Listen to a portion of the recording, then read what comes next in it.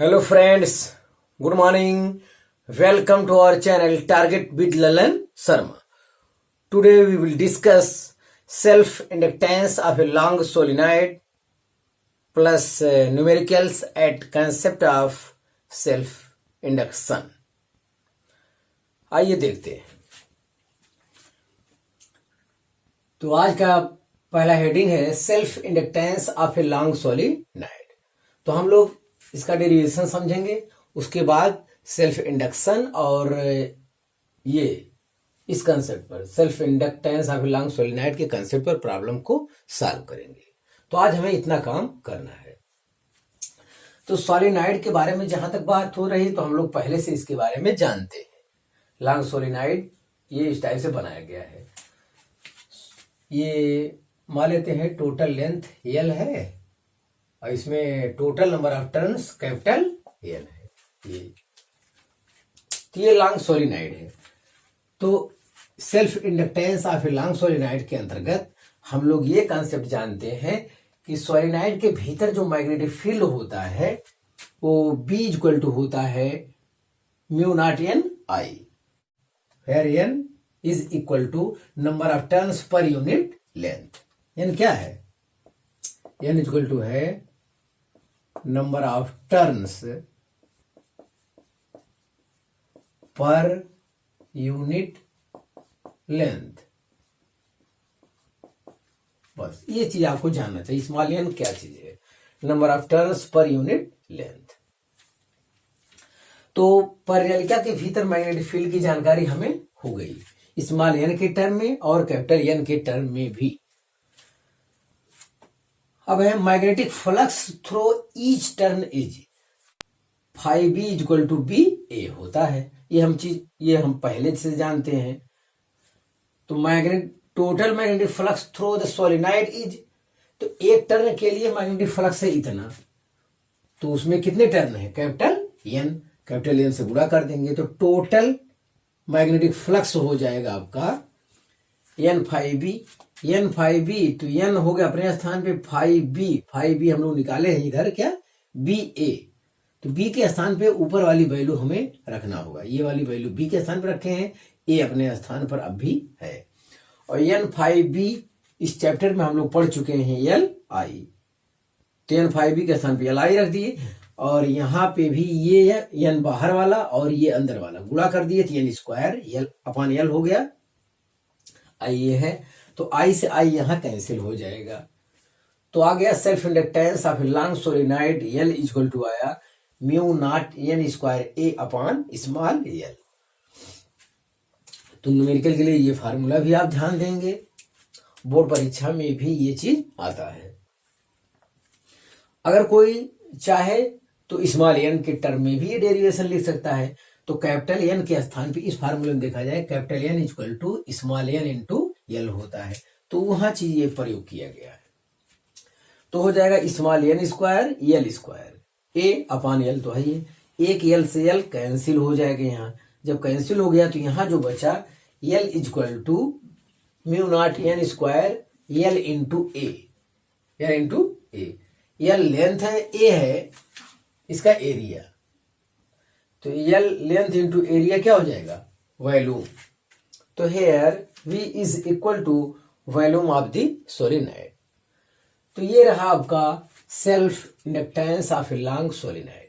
तो इसमें बहुत ज्यादा कुछ नहीं करना है। एक सोलिनॉइड है, सोलिनॉइड के भीतर मैग्नेटिक फील्ड का जो फार्मूला होता है वो हम लिखेंगे और एक टर्न से रिलेटेड मैग्नेटिक फ्लक्स इतना है, तो N टर्न से रिलेटेड मैग्नेटिक फ्लक्स इतना हो N फाई बी हो जाएगा। तो N फाई बी का ये वैल्यू है और N phi B is equal to हम लोग पढ़ चुके हैं L I।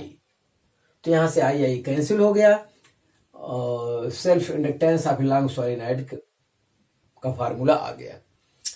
अब स्मॉल n के टर्म में लिखना है तो वैल्यू रख दिए हैं, हमें हमारा आंसर मिल गया। तो आप इसे कॉपी कर लीजिए।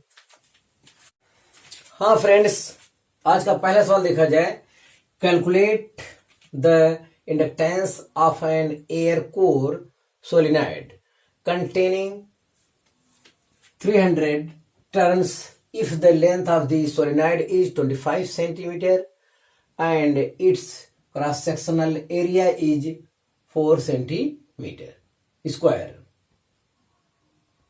Cross sectional area is 4 centimetre square.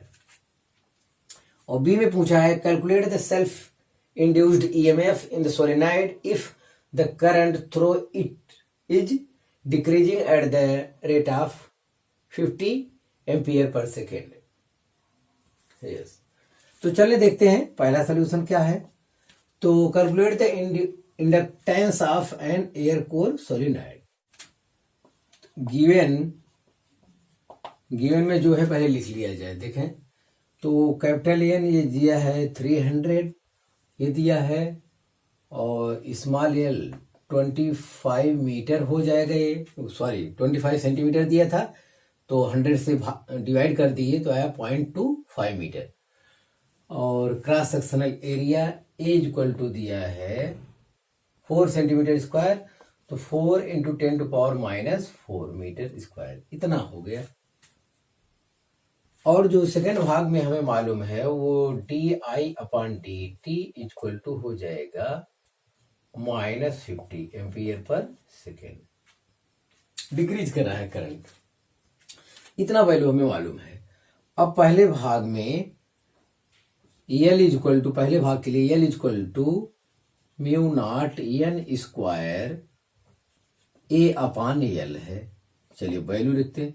μ0 का स्थान पे 4π × 10⁻⁷ इंटू N² मतलब 300 × 300 इंटू N²। A का स्थान पे 4 × 10⁻⁴ अपान L है 0.25।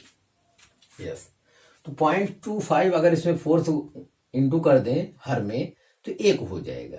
तो चलो अपने तरफ से 4 से गुणा कर देते हैं, तो ये हो गया 1, 0.25 × 4 1 हो गया, तो हर खत्म हो गया।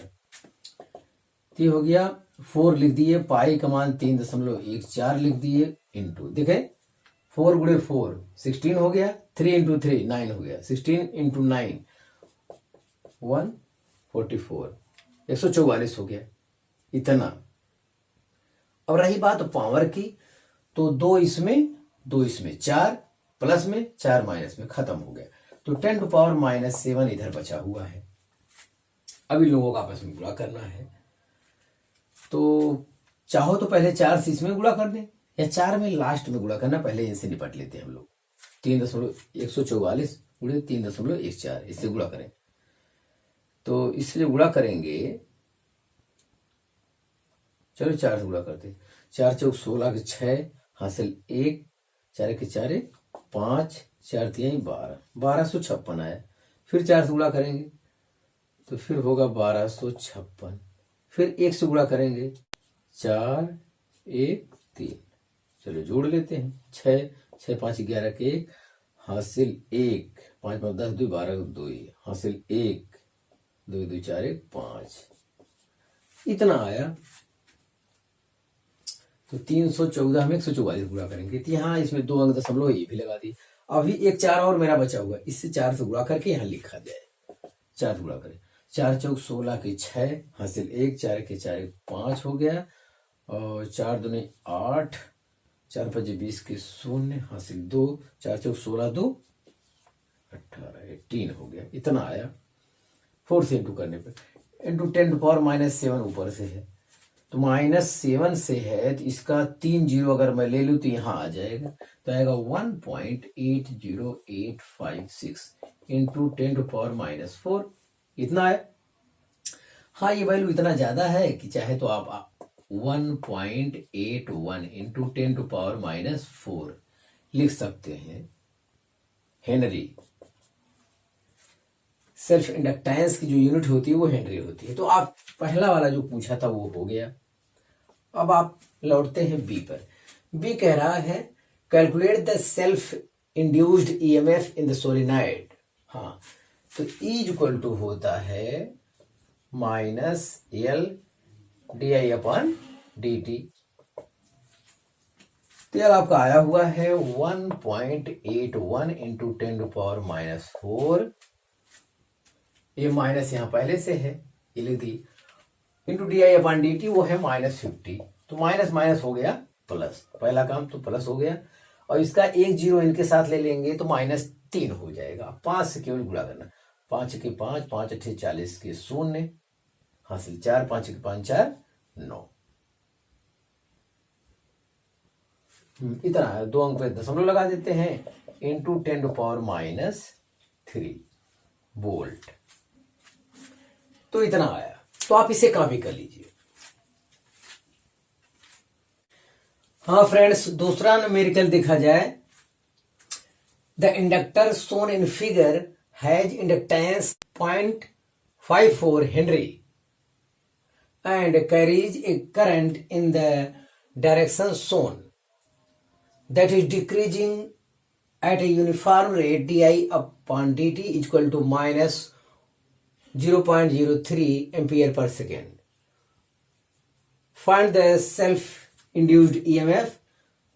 और B दूसरा है, which end of the inductor A or B is at a higher potential. तो पहले ऑप्शन में हमसे पूछ रहा है फाइंड सेल्फ इंड्यूस्ड ईएमएफ पूछ रहा है ये, और दूसरे में हमसे पूछ रहा है कौन सा पॉइंट हायर पोटेंशियल पे होगा। यस, तो देखते हैं, ई इक्वल टू होता है -LdI/dt।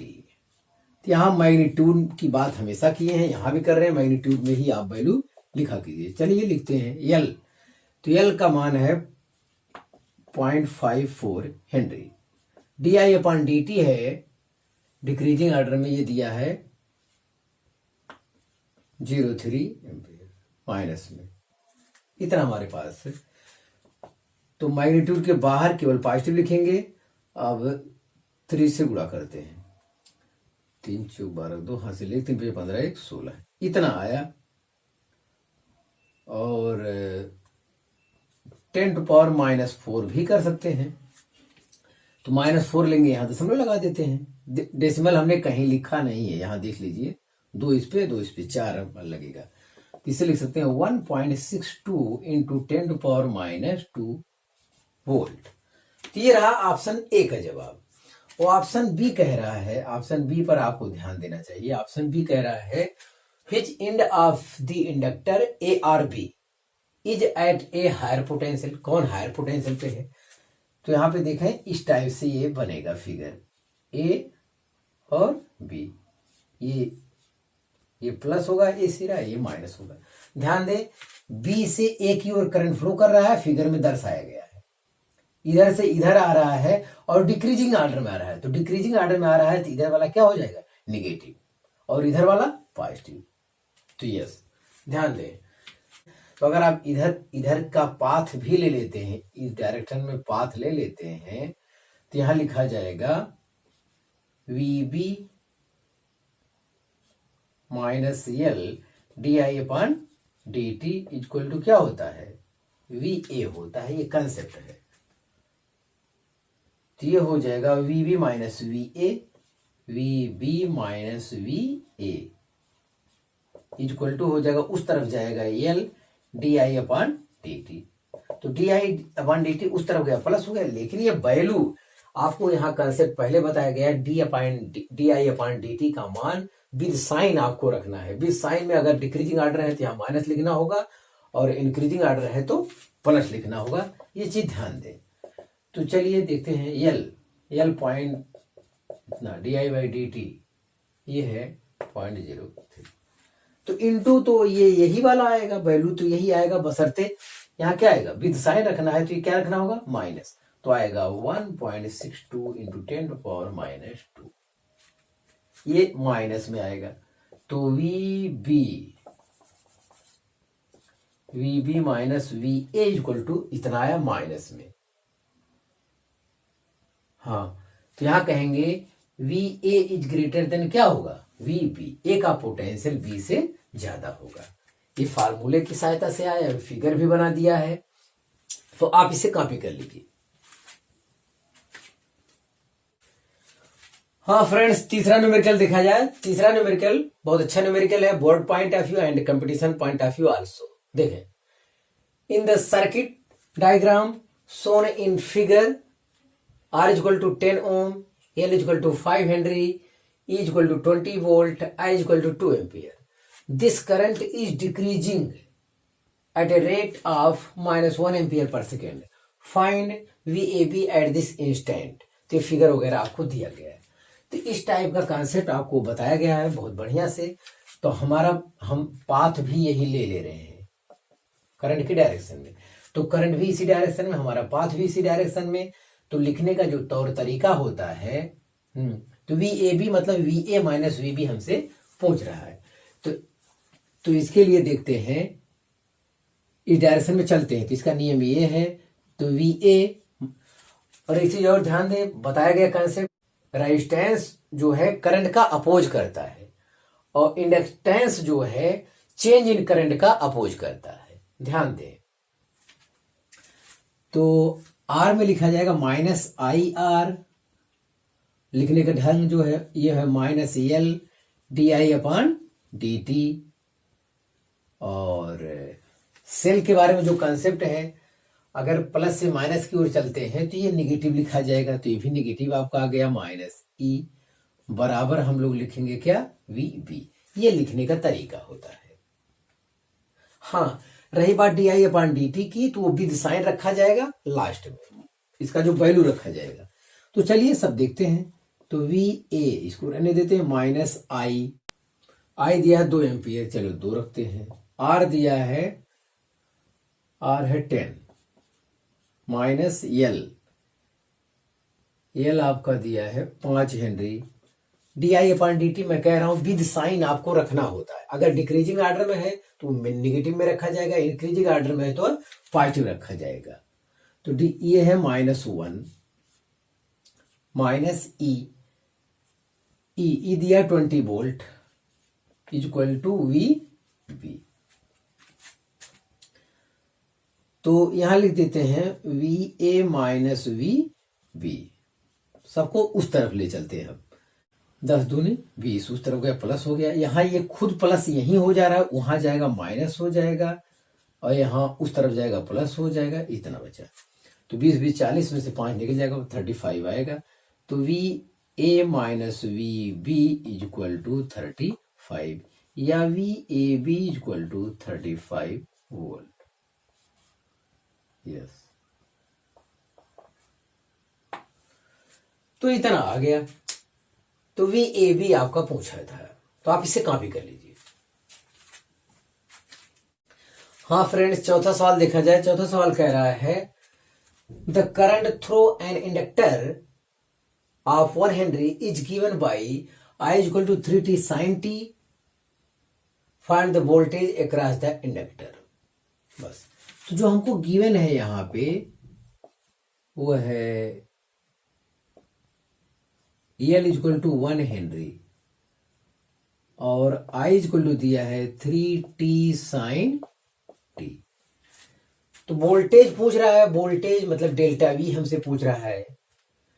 तो E is equal to L di/dt हम लोग फार्मूला जानते हैं। तो पहले di/dt का व्यवस्था किया जाए। तो इसका t के सापेक्ष डिफरेंशिएशन कीजिए।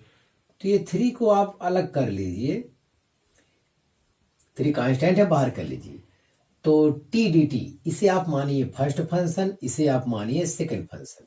थोड़ा ये मैथ लिए हुए, जिनको मैथ की जानकारी होगा उन्हीं के लिए ठीक है सवाल। तो जब 2 पद आ जाए वेरिएबल वाले में, तो first function into differentiation of second function.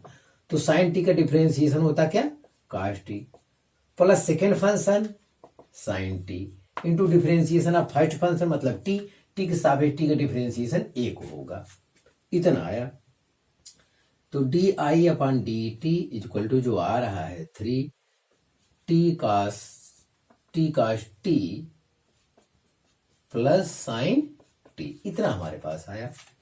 और E इज इक्वल टू हम लोग जानते हैं L di/dt, केवल मैग्नीट्यूड में लेना है। तो L मतलब L की वैल्यू 1 दिया है, तो कोई फर्क भी पड़ने वाला नहीं है। तो यही आंसर आपका हो जाएगा 3t cos t plus sign T, इतना आया। या इसे डेल्टा V करके लिख सकते हैं, 3 T cos T plus sign T. तो इस सवाल की जो खूबसूरती है वो ये है कि डिफरेंशिएशन जिनको आएगा उनको सवाल आसानी से आ जाएगा, सवाल में कोई विशेष कठिनाई नहीं है। तो आप इसे कॉपी कर लीजिए। तो हाँ विद्यार्थी, आज के कंसेप्ट पर हमें इतना ही प्रॉब्लम आज बताना था, और अगला वीडियो जो आपका होगा वो म्यूचुअल इंडक्शन का होगा। तो आप मेरे से पढ़ाई करते रहें। All the very best.